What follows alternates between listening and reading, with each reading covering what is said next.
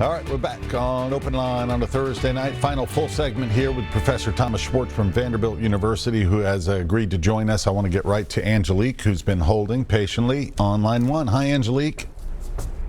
Yes, hello. Good evening. How are you? Doing well. What's on your mind?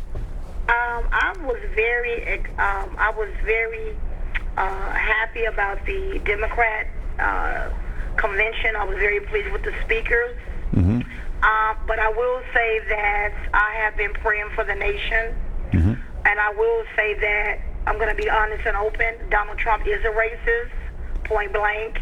I do have people in my family that are Caucasian, and the way I was born, that the way my mom raised me to love everybody, right. And I'm not racist, but the reality of it is God wants us to love everybody, but Donald Trump, he's just racist, and he doesn't really care about anybody but himself.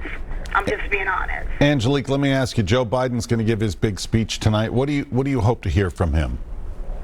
I'm going to say to you, point blank, Joe Biden can say a good speech. It really doesn't matter to me. Right. Because I feel in my heart that Joe Biden is the right person for this country. Right. And I don't care what he did in his past. I don't care who he dealt with. It doesn't matter to me. I would still vote for him. All right. Point blank. Thank you so much for calling. We appreciate it. Have a good night.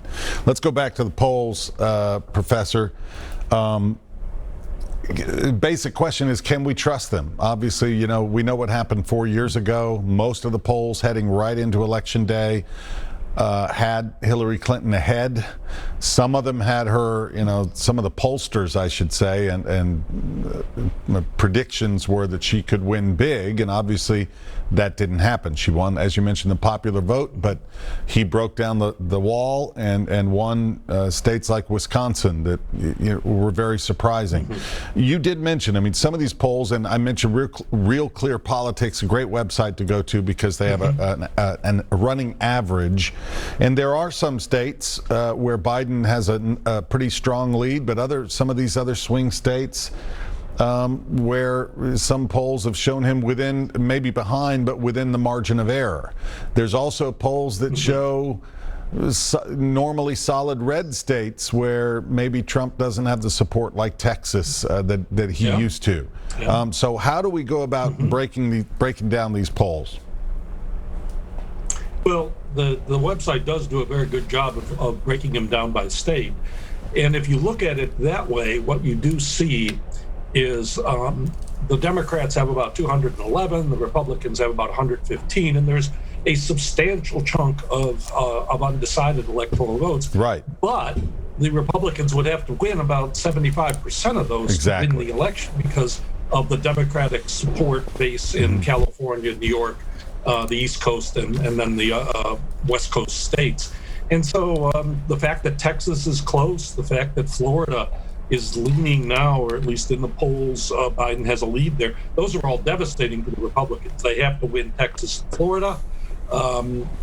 Donald Trump won a sort of inside straight last time with Michigan, Wisconsin, Pennsylvania, and the actual margin was only about 77,000 votes out of millions cast.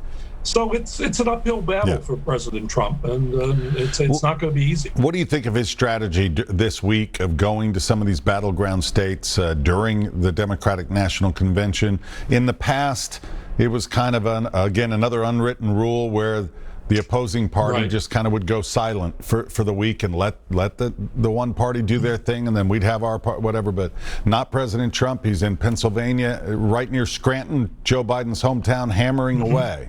You think that's an effective strategy?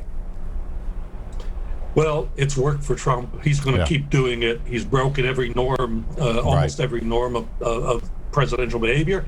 It did work for him in 2016. He's going to keep doing it.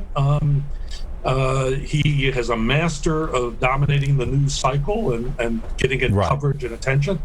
It may backfire in the end. It may be that people are just exhausted by it and will vote against him. But on the other hand, he has managed to, despite everything that's happened, he's managed still to be within distance of winning re-election. But obviously the thing that he really thrives on is those live audiences, those big rallies of his base and supporters. And with the pandemic, that's just not happening, at least not to the extent it was 4 years ago, right? that's a huge thing for him. The absence of the crowd, the energy he took from it, the rallies that he had. That is a huge problem for him, and that's unlikely to be changed by election. All right, before we get to our final phone call, I do have to ask you about the debates. I believe the one in Notre Dame has been canceled and moved to Pittsburgh, maybe, or somewhere. But how, first of all, there's been a lot of talk about people worried about Joe Biden and some of his verbal gaffes and this whole basement strategy. Should he stay in the basement, or if he doesn't and he decides to debate Trump, you know, what do you foresee happening there? Well, for a time I thought he might. There were some Democratic strategists who didn't want him to debate at all. Right. Wanted him to avoid it, but I think that's unlikely to be able. He could that would be seen as sort of being scared of Trump, and that would not be something that he could actually pull off. So he does have to come out. He has to, he has to make a good appearance. Trump was effective in certain points of the debates with Clinton, but most analysts didn't think he actually won those debates. So Biden shouldn't, and Biden has been effective in his past debates as vice president. So if he can maintain and his positions and avoid serious gaffes, I think that he could. The debates will not be as determinative. On the other hand, if he has a serious issue, as Ronald Reagan did in his first debate with Walter Mondale, where his age seemed to be showing that he seemed not to be as at top of things, that could hurt him. So. All right, let's go to Christy for our final phone call of the night. Hi, Christy. Hi. Go ahead. What's on your mind? Okay, I have a comment, and I think it's one that needs to be said. Okay, first of all, Joe Biden is a joke. Absolutely, 100%. Trump's not perfect, but Trump is good for this country. Okay? This is not about Democrat versus Republican anymore. This is a Jesus matter, and Christians need to start speaking up, because Joe Biden is a socialist. And that's what I have to say. And do you think, Christy, that the Trump-based supporters, the evangelical Christians, are going to turn out, have a heavier turnout at the polls this time around? Absolutely. Absolutely.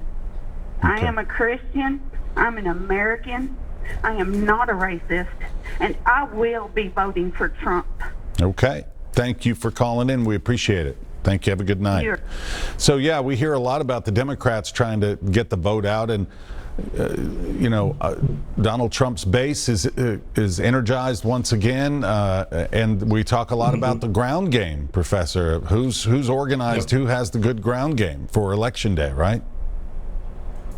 Yes, that is really, I think people really drastically underestimated Trump's ground game in 2016. Yeah. And that'll be the contest. And that's why I think you heard so much in the early speeches at the Democratic convention about getting out the vote. That was the key, was just making sure people vote. Yeah. And again, the Democrats have really pushed that this year. And just in general, I would say to everybody, I hope you do vote, no matter who you're going to vote for, whether it's Republican, Democrat, Libertarian, Independent, whoever. It's your right, and you take the time. And there's just so many options now with mail-in absentee voting. There's early voting, which I believe begins in October this year. I know the Secretary of State's office here in Tennessee has been putting out information to try to get people to the polls, especially, again, this is happening during a pandemic, something we haven't seen before, right?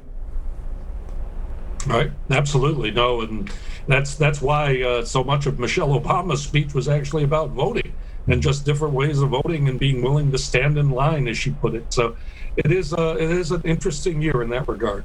All right. Professor Schwartz, we always appreciate having you on, and hopefully we'll have you back on before the general election again, maybe before the debates or after the debates. But we do appreciate your insight as always, and we hope you have a great evening. Thank you very much. All right. Thank you for being with us. And we will wrap things up on this Thursday night coming up in just a moment. Stay with us.